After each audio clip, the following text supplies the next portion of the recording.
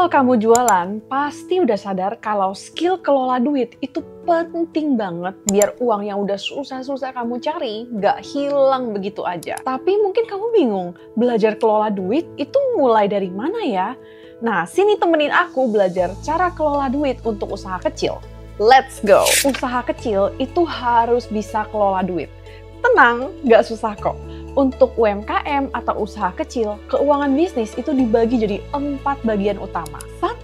Money management. 2. Pencatatan keuangan. 3.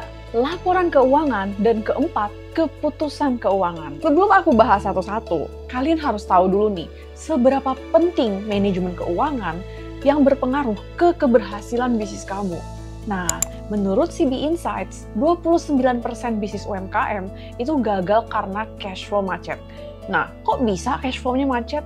Sebenarnya banyak alasan. Mungkin dari tagihannya macet, customer-nya itu suka telat bayar, terlalu banyak kredit, habis itu bisa juga kalau misalnya manajemen keuangannya kurang oke gitu. Ujung-ujungnya it all comes down ke manajemen keuangan yang kurang bagus. Keuangan bisnis itu sebenarnya ngapain aja sih? Nah, yang jelas sih bukan angkat kaki dan hitung duit ya. Nah, dalam keuangan bisnis itu sebenarnya proses kamu mencatat, menyusun, dan memahami informasi finansial bisnis kamu dengan tujuan untuk bisa membuat keputusan keuangan yang baik. Nah, informasi finansial apa saja yang perlu diperhatikan? Misalnya, bisnis kamu untung atau rugi? Cash flow bisnismu sehat gak? Berapa nilai aset dan kewajiban yang dimiliki bisnis kamu? Bagian mana dari bisnis kamu yang benar-benar menghasilkan uang untuk bisnis kamu? Nah, contoh informasi finansial seperti inilah yang nanti akan digunakan untuk membuat keputusan keuangan yang bisa menyelamatkan atau mengembangkan bisnis kamu. Langsung aja kita masuk ke poin-poin cara kelola keuangan bisnis, dan yang paling pertama itu money management. Nah, kamu harus tahu kalau rule number 1 dalam keuangan bisnis itu uang bisnis dan uang pribadi itu harus dipisah. Mungkin yang udah sering nonton channel aku, probably udah bosen kali ya dengerin aku selalu ingetin ini tiap kali. Karena memang sepenting itu kayak gitu. Kalau misalnya uang bisnis dengan uang pribadi itu dicampur di satu rekening, proses pencatatan keuangan, atur duit, dan nanti pelaporan pajak juga bakal ribet banget dan susah banget gitu. Belum lagi nanti pengeluaran bisnis dan pengeluaran pribadi, garisnya mulai tercampur. Gini deh, coba bayangin, anggap amit-amit uang bisnis dan uang pribadi kamu itu dicampur di satu rekening. Nah, terus kamu lihat di saldo rekening kamu ada uang misalnya 20 juta. Nah, dari uang tersebut, berapa yang harus kamu gunakan untuk keperluan bisnis seperti restock barang dan lain-lain, dan mana yang bisa kamu pakai untuk keperluan pribadi, mungkin untuk shopping atau bayar cicilan. Bingung kan? That's why uang bisnis dan uang pribadi itu benar-benar harus dipisah. Nah, caranya gimana? Pertama, yang paling awal adalah buka rekening baru untuk bisnis kamu. Biar nanti untuk keperluan dan transaksi bisnis seperti bayar gaji, restock barang, dan lain-lain itu pakai rekening bisnis. Dan untuk keperluan pribadi seperti bayar cicilan, nabung, atau belanja, nah itu pakai rekening pribadi. Kedua, itu gunakan kartu kredit yang terpisah untuk bisnis kamu. Nah, buat kamu nih, para pejuang miles yang hobinya itu kumpulin miles gitu, pasti sering untuk menggunakan kartu kredit untuk bayar transaksi bisnis seperti traktir klien lah, atau beli bahan lah, atau apa kayak gitu. Nah, usahakan untuk gunakan kartu kredit terpisah yang ini khusus buat transaksi bisnis aja.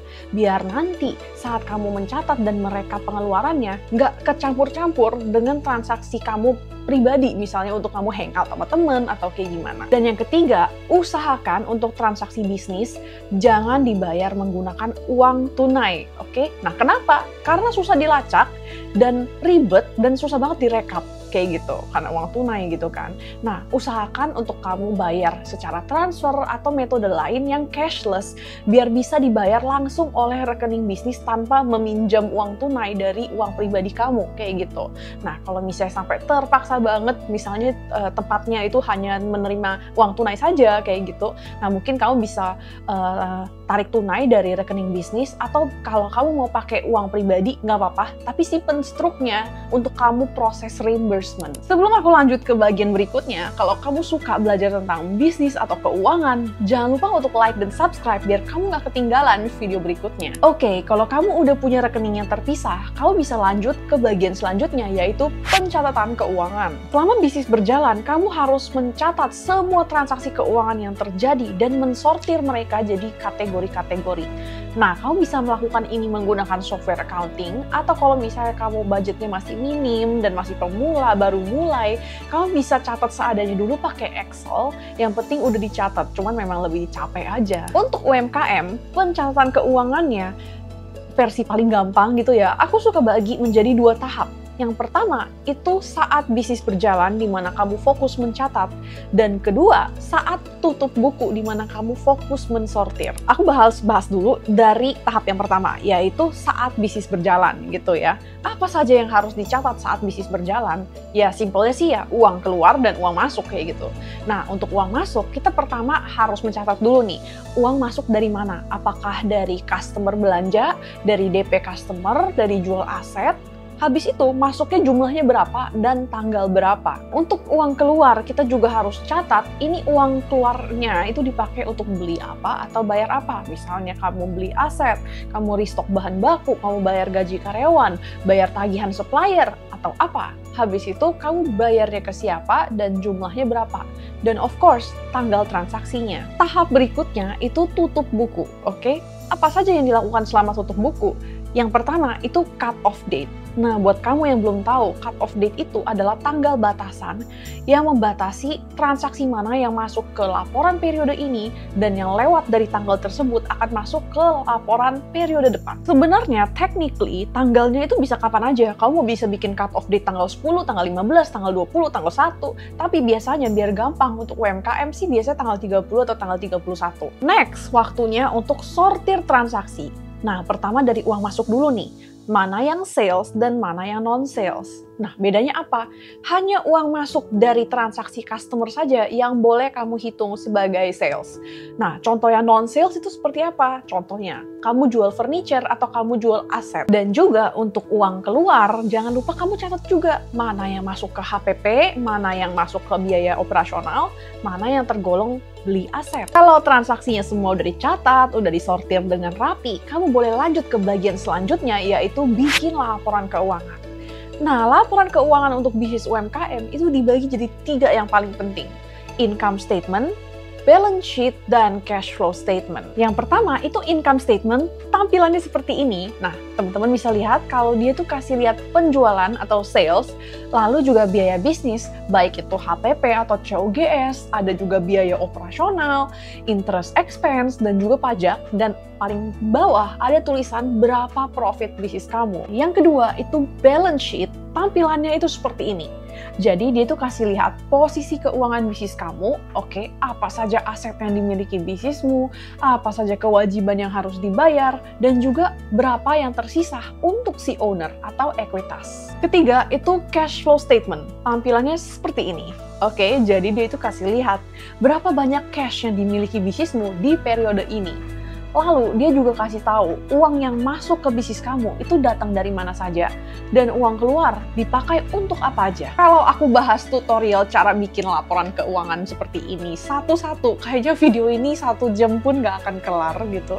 Jadi buat kamu yang serius banget mau belajar cara bikin laporan keuangan, bisa cek link di description untuk ikut kelas Small Business Finance karena di situ udah aku share tutorial lengkap cara bikin laporan keuangan dari awal sampai laporannya jadi. Plus di situ aku juga udah spill semua ilmu keuangan bisnis aku, mulai dari cara analisa keuangan, cara bagi profit, dan masih banyak lagi, jadi langsung aja cek link di description ya. Oke, next. Kalau laporan keuangan itu udah jadi, kamu bisa lanjut ke bagian selanjutnya, yaitu bikin keputusan keuangan. Dari informasi yang udah terkumpul saat kita bikin laporan keuangan tadi, kita tuh bisa membuat keputusan keuangan yang tepat untuk menyelamatkan bisnis kita atau mengembangkan bisnis kita.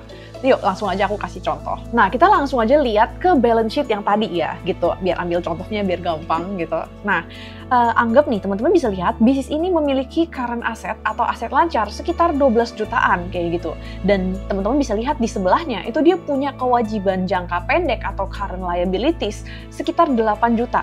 Nah, sekilas kelihatan ini oke banget kan ya. Nah, tapi kalau kita telusuri current asetnya, nih teman-teman bisa lihat ada 5 juta yang tertahan dalam inventory.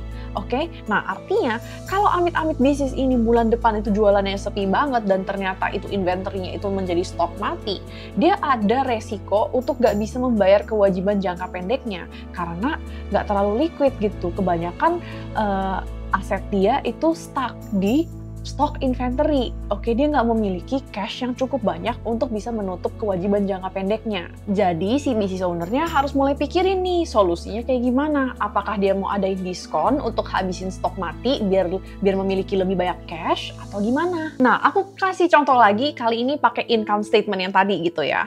Nah, di sini kelihatan kalau bisnis ini memiliki net profit atau laba bersih sebesar 46 jutaan dari omset yang 100 juta sekian. Nah, berarti profit margin dia itu sekitar 40% gitu ya. Nah, ini tuh masih sangat-sangat sehat. Jadi kalau bisnis ini mau melakukan ekspansi atau menambah karyawan, itu kekuatan finansialnya itu masih ada banget gitu. Beda banget dengan bisnis yang mungkin marginnya hanya 5%. Nah, di situ mungkin ownernya itu harus mikir dulu sebelum menambah aset atau menambah karyawan kayak gitu ya. Mungkin dia di situ perlu ada cost yang harus dipotong atau penjualannya harus dinaikin. Nah, kalau dari tadi aku bahasnya kan cara kelola duit bisnis kan, dan mungkin kamu pikir kelola duit bisnis terus ownernya dapat duitnya dari mana kayak gitu. Nah, udah capek-capek atur duit, capek-capek jualan, tapi nggak bisa menikmati. Tenang, aku udah bongkar cara sebenarnya bisnis owner dapat duit dari bisnisnya di videoku yang ini. Jadi nonton ya biar kamu bisa menikmati uang hasil kerja kerasmu sendiri. Thanks for watching dan sampai jumpa lagi di videoku yang ini.